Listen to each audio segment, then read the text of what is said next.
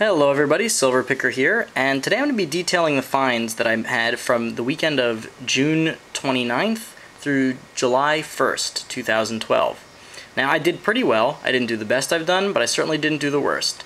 I'm going to start with the video games and then move on to the silver and the jewelry. So if you're not into video games, just fast forward. Don't worry, I won't be offended. So let's begin.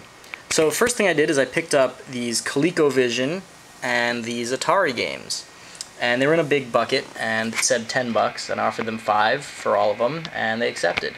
So for $5 I bought, for Colecovision, Slither, Turbo, Carnival, Donkey Kong Jr., Frogger, Mr. Do, Popeye, 2 copies of Space Panic, and Zaxxon. Now most of these only go for about $1 to $3 a piece, not including shipping. So I guess including shipping, maybe $3 to $5. But there were a few in here that did okay. Mr. Do goes for like 8 to 10. Popeye went for about 5. Frogger went for about 5. And Zaxxon went sometimes for like 2 and sometimes for like 7 or 8. So we'll see how those do. I'll probably just still put them all together in one lot. Over here on the Atari games, Skiing, Adventure, yeah, really creative title, Combat, E.T., Defender, if you notice in another video, I already have a copy of this, 112 Telegames. Can you imagine a game like that, a system right now having a game called 112 Telegames? It's just a different era of gaming. Pac-Man, and Donkey Kong. And like I said, for all those games I just listed, I paid $5.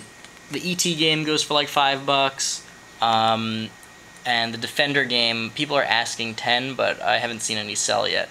The rest go for a couple bucks each. So if I put them all in a lot together, I should do okay. Next on the video games, I got, for GameCube, I got Yu-Gi-Oh! The False-Bound Kingdom, and I got Bionicle. And I bought each of these together for $1. So I paid 50 cents a game. They're in great condition. As you can see, it's got the booklet and the game. Same goes for Bionicle. So those were good pickups. This Yu-Gi-Oh! Game I figured would be good, but it also sells for like $10 to $15 on its own. The Bionicle, not for so much, but I'll probably still just put them all together in a lot. I got over here a PsOne, the small one. I actually have my old PsOne over there, which is the big clunky one. And came with 2 controllers and a game. And the game is Harry Potter Chamber of Secrets, which does pretty well on eBay. It goes for like $10 to $15. It's my second copy of this. Comes with complete with the booklet. The case is a little smashed up, but I'll probably just switch that out. And he only wanted $5. He was asking $1 a game and $5 for the system, so I said, would you just give me the system and the game for $5? He said, sure. And when I opened it up, ta-da! Another game in there. 007, The World Is Not Enough. Now, I'd be shocked if I can't make my $5 back on a working system game that's I know will sell for 10 to 15, 2 controllers. So that was really good. Next game was a handheld Pac-Man game made by MGA. I'll show you that under the magnifying glass. And it's an old school game, and on the label it says Pac-Man. Alright, let's see if we can get this in focus, maybe with the loop. Pac-Man, 1980, Namco, Limited, all rights reserved, blah blah blah, and MGA Entertainment. And I paid $1 for this game, and I see them selling between $15 and $25 on eBay. So I'm pretty happy about that, and I'm going to put that right up after I test it. It looks like it's in great aesthetic shape, so it should work, and I should get some good money on that. Then for some DVDs, I got Piglet's Big Movie and Anastasia, the Family Fun Edition. Both have all the stuff inside of them, and they're in good condition. Piglet's Big Movie apparently is out of print or out of production, so it's selling for like $10 to $15 used. And Anastasia I'll just put in my lot. I'll probably sell the Piglet's Movie on its own. Then, like I said in my previous video, I'm big into camping and outdoor stuff, and I found this North Face Nalgene Camelback type, you know, drinking system, and I got it for $1. So you really can't beat that. These things retail for like $50. The hose is all like dirty and nasty, but I'll clean that out. And I already have one, but I might keep this, you know, just in case I have friends that need it, or I might sell it. You know, I'll decide later. Now, on to the fun stuff. On to the silver and jewelry, and yes, even a couple coins. Alright, so I paid a little bit more than usual for all this stuff, but you know, I really just was sort of jonesing for some silver.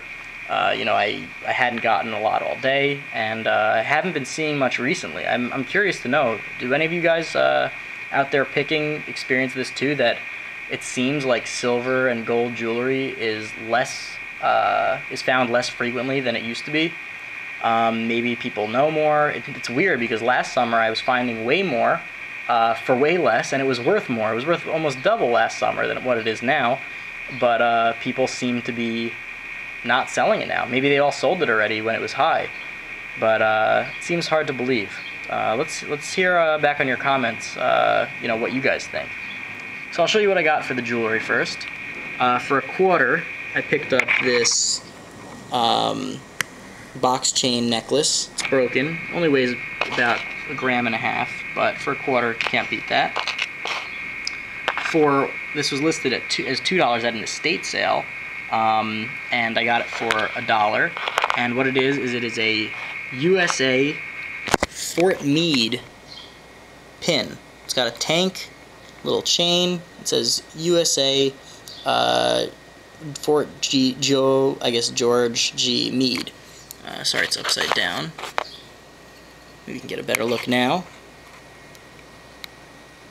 It's a nice little pin. It's sterling. It's marked on the back sterling and 1/10 10K, so it's gold fill also on the top. You know, nice little thing for $1. It weighs like 4.5 grams, so not too bad. Now the next 3 pieces I bought together. I bought this little like Wreath Pin. It's unmarked, but I was pretty sure it was silver, and I tested it, and it is indeed silver. It's a pretty nice piece.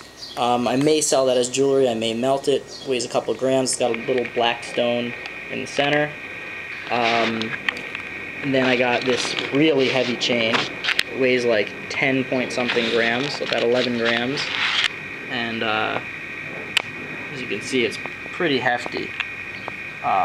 It's a thick chain, and that was in that lot too.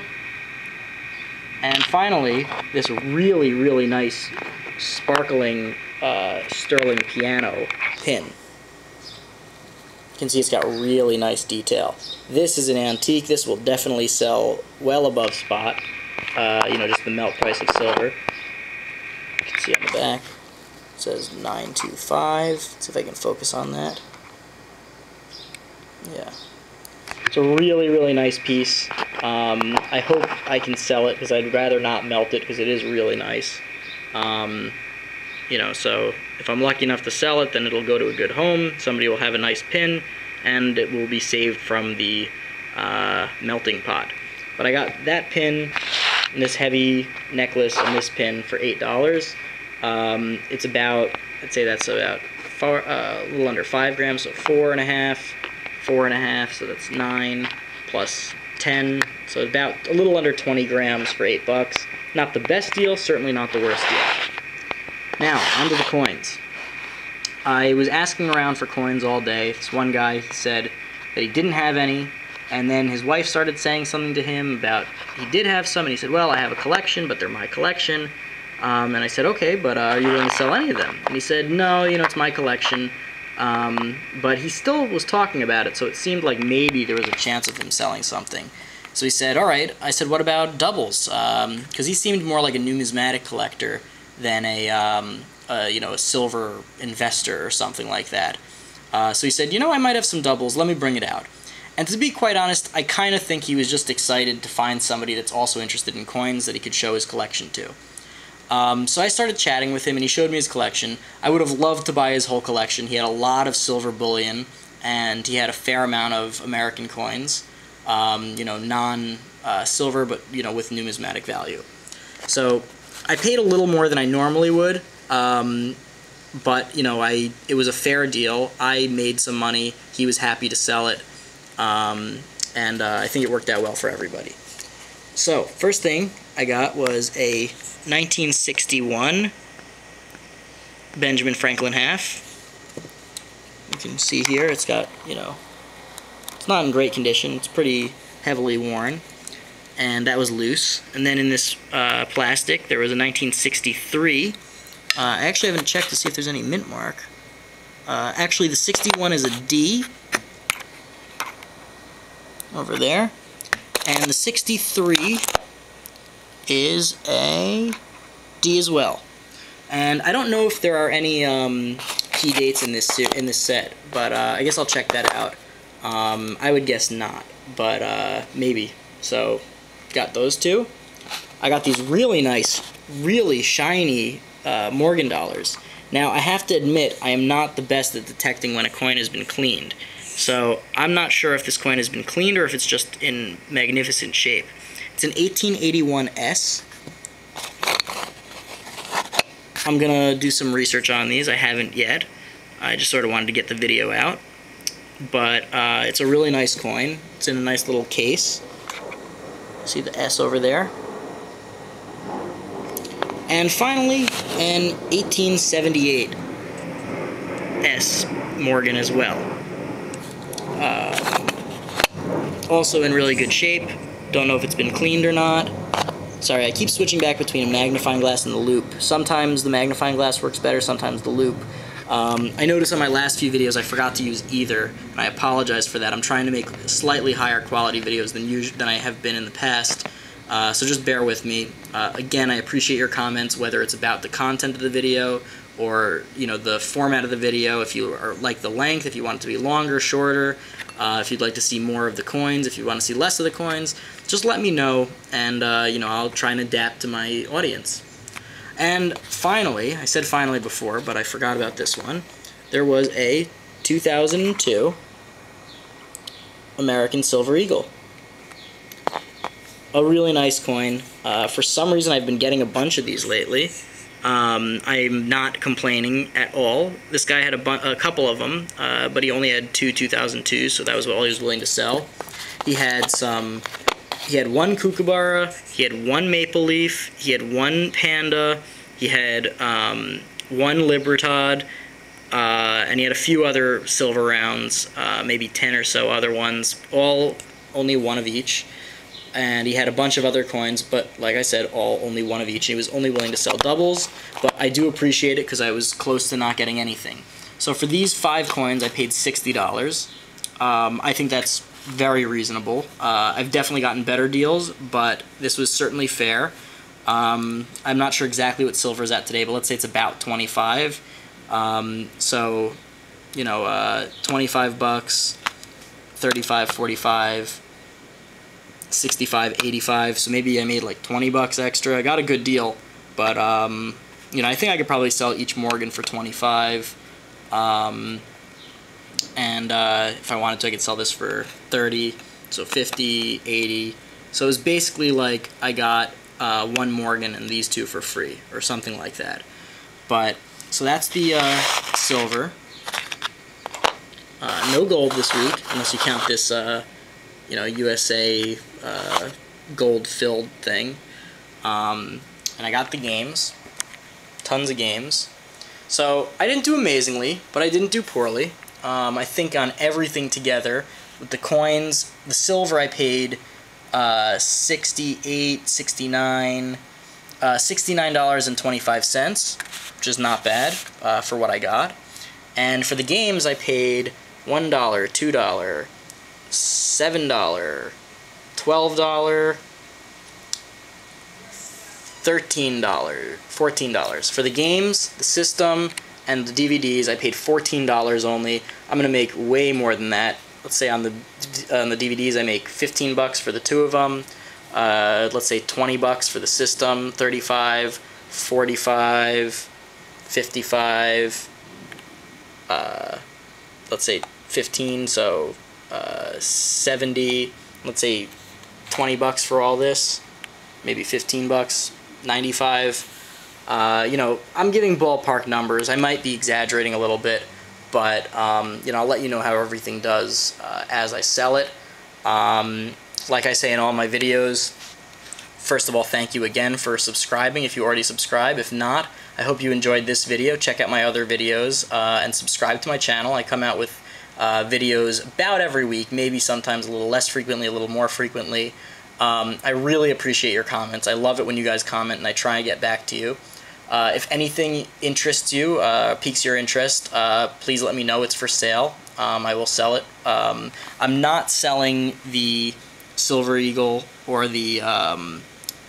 I might be willing to sell the Morgans and the Franklin halves. The jewelry's all for sale. The video games are all for sale. I've had really good experience selling to YouTube subscribers. They offer me fair prices. They never lowball me, and I never ask them for more than, so far I have not asked them for more than what they've offered. So we've both been really happy. I ship fast, but if you're not interested in buying anything, that's okay, obviously. I really just hope you enjoy watching the videos. I hope you learn something, and I certainly learn stuff from your videos.